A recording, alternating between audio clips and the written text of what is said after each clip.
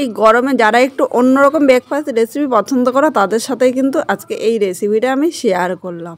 আর এটা কিন্তু খুব হেলদি ও টেস্টি, ছোট বাচ্চারা কিন্তু খুব পছন্দ করে। নমস্কার বন্ধুরা, পিয়ালি লাইফস্টাইল উইথ ভিলেজ ফুডে সকলকে স্বাগত জানাচ্ছি।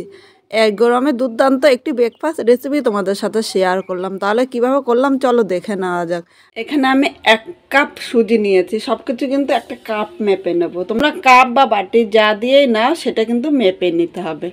যতটা সুজি নিয়েছি তার হাফ আমি ময়দা নিয়ে নিলাম। শুধু সুজি দিয়ে কিন্তু ভালো উঠবে না, এর জন্য এর সাথে একটু ময়দা মিশিয়ে নিতে হবে। এখন আমি এই কাপ দিয়ে সুজি নিয়েছিলাম 1 কাপ, আর আমি 2 কাপ জল দেবো। যতটা আমি সুজি নেবো তার ডবল জল। অবশ্যই কিন্তু তোমরা মাপটা মনে রাখবে, আর মাপটা মনে রাখলে কিন্তু একদম পারফেক্ট তৈরি হবে। এবার এরকম একটা হ্যান্ড উইক নিয়েছি, হ্যান্ড উইকের সাহায্যে ভালো করে আমি মিশিয়ে নেব।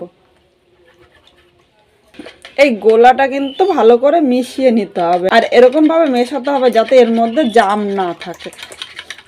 তাই আমি হ্যান্ড উইক নিয়েছি, হ্যান্ড উইক দিয়ে মেশাতে কিন্তু খুব সুবিধা হয়, আর এর মধ্যে একটুও জাম থাকবে না। এখন তোমরা যতটা পাতলা দেখছো এটা কিন্তু সুজিটা ভেজার পরে আরও একটুখানি ঘন হয়ে যাবে। কিন্তু এই সময় তোমরা বেশি জল দিতে যাবে না, মানে যতটা সুজি নেবে তার ডবলই জল দেবে। বেশি জল দিলে কিন্তু পাতলা হয়ে যাবে খুব, আর পাতলা হলে কিন্তু তখন আর ভালো লাগবে না। এখন এইভাবেই আমি করে নিলাম। দেখো এখানে গোলাটা কিন্তু পারফেক্ট তৈরি হয়ে গিয়েছে, আর যদি জল লাগে পরে আমি দিয়ে দেবো। এখন আমি ঢাকা দিয়ে 10 মিনিট রেখে দেবো, তাহলে সুজিটা ফুলে কিন্তু ডবল হবে। বন্ধুরা 20 মিনিট পর চলে এসেছি। এখানে সুজিটা ফুলে কিন্তু অনেকটা ঘন হয়েছে। এবার আরেকবার আমি একটুখানি মিশিয়ে নিচ্ছি। দেখো সুজিটা কতটা ফুলেছে। এবার একটু ভালো করে মিশিয়ে নিতে হবে। আমরা যদি এটা ভিজিয়ে সাথে সাথে করতে দিতাম ততটা কিন্তু ভালো হতো না। এইভাবে তোমরা বেশি সময় না থাকলে 10 মিনিট অন্তত ভিজিয়ে রাখবে সুজিটা, তাহলেই দেখবে সুজিটা ফুলে কিন্তু অনেকটাই নরম হয়ে যাবে। সুজিটা এখানে অনেকটাই ঘনত্ব হয়েছে। মেপে আরও হাফ কাপ প্রথমে জল দিয়ে দিলাম, একসাথে কিন্তু জলটা দেবো না। এবার এই জলটা সুজির সাথে ভালো করে মিশিয়ে নেব। এখানে সুজির সাথে ভালো করে মিশিয়ে নিয়েছে। আর একটা জিনিস তোমরা লক্ষ্য করেছো কিন্তু, আমি কিন্তু যখন সুজিটা এর মধ্যে জল দিয়ে ভিজিয়েছি তখন কিন্তু লবণ দিইনি। এখন আমি স্বাদ অনুযায়ী লবণ দিলাম।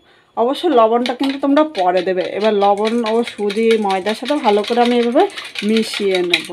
গরমে এরকম ব্রেকফাস্ট হলে কিন্তু দুর্দান্ত লাগবে। যা একটু অন্যরকম ব্রেকফাস্ট পছন্দ করো তাদের জন্য কিন্তু আজকে এই ব্রেকফাস্ট রেসিপিটা শেয়ার করলাম। এখানে সুজিটা ভালো করে মিক্স করে নিয়েছি। এবার একবার তোমাদের ব্যাটারের ঘনত্বটা দেখাচ্ছি। দেখো ব্যাটারটা কিন্তু এরকমই পাতলা করতে হবে। খুব বেশি আমি ভারী বা খুব বেশি কিন্তু মোটা করিনি, এরকমই পাতলা করে ব্যাটারটা তৈরি করে নিতে হবে। বন্ধুরা এখানে একটা কড়াই বসিয়ে দিয়েছে। এবার এর মধ্যে একটুখানি জল ছিটা দিলাম, তাহলে কড়াইটা কিন্তু অনেকটা গরম হয়ে গিয়েছিল, একটু ঠান্ডা হয়ে যাবে। এর মধ্যে আমি 1 চামচ সাদা তেল নিয়ে নিলাম। খুব বেশি কিন্তু তেল নিতে হবে না। তেলটা পুরো তাওয়াতে এভাবে ছড়িয়ে নিলাম। এবার এখানে যে ব্যাটারটা তৈরি করে নিয়েছিলাম দেওয়ার আগে আরেকবার কিন্তু এভাবে হাতা দিয়ে নাড়িয়ে নিতে হবে, নাহলে সুজিগুলো কিন্তু নিচে পড়ে থাকবে আর উপরে জল ভাবটা থাকবে। এবার এখান থেকে আমি 1 হাতা ব্যাটার নিয়ে নিলাম।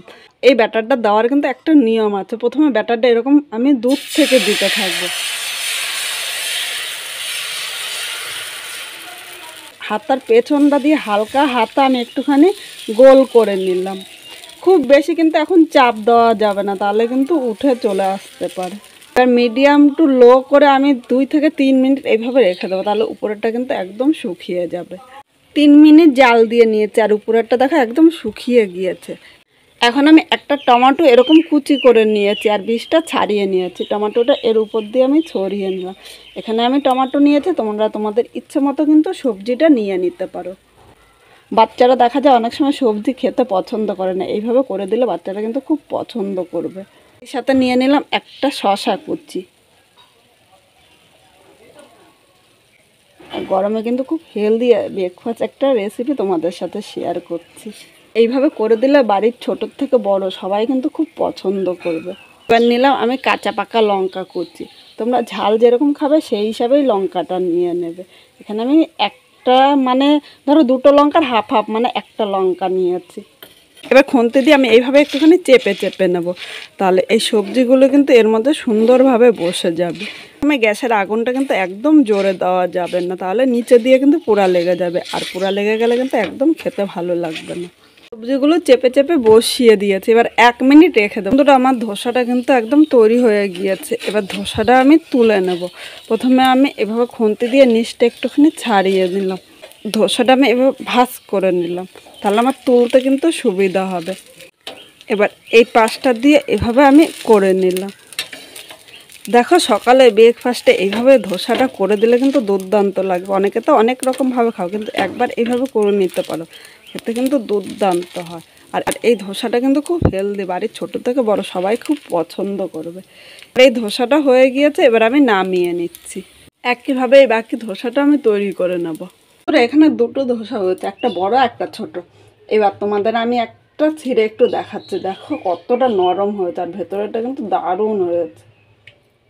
দেখো ধোসাটা কিন্তু দুর্দান্ত হয়েছে। এইভাবে করে দিলে বাচ্চারা কিন্তু খুব পছন্দ করবে। আর একটা ধোসা তোমার ভেতরটা দেখাচ্ছে কতটা সুন্দর হয়েছে। দেখো ভেতরটা কিন্তু দেখতে দুর্দান্ত লাগছে। এবার আমি এর উপর দিয়ে একটুখানি তেঁতুলের চাটনি নিয়েছি, তোমরা তেঁতুলের চাটনি বা টমেটো সস কিন্তু নিয়ে নিতে পারো। এবার এই তেঁতুলের চাটনিটা আমি ভেতর দিয়ে অল্প অল্প করে দিয়ে দিলাম। আর এইভাবে তেঁতুলের চাটনি দিয়ে খেতে কিন্তু দুর্দান্ত লাগে।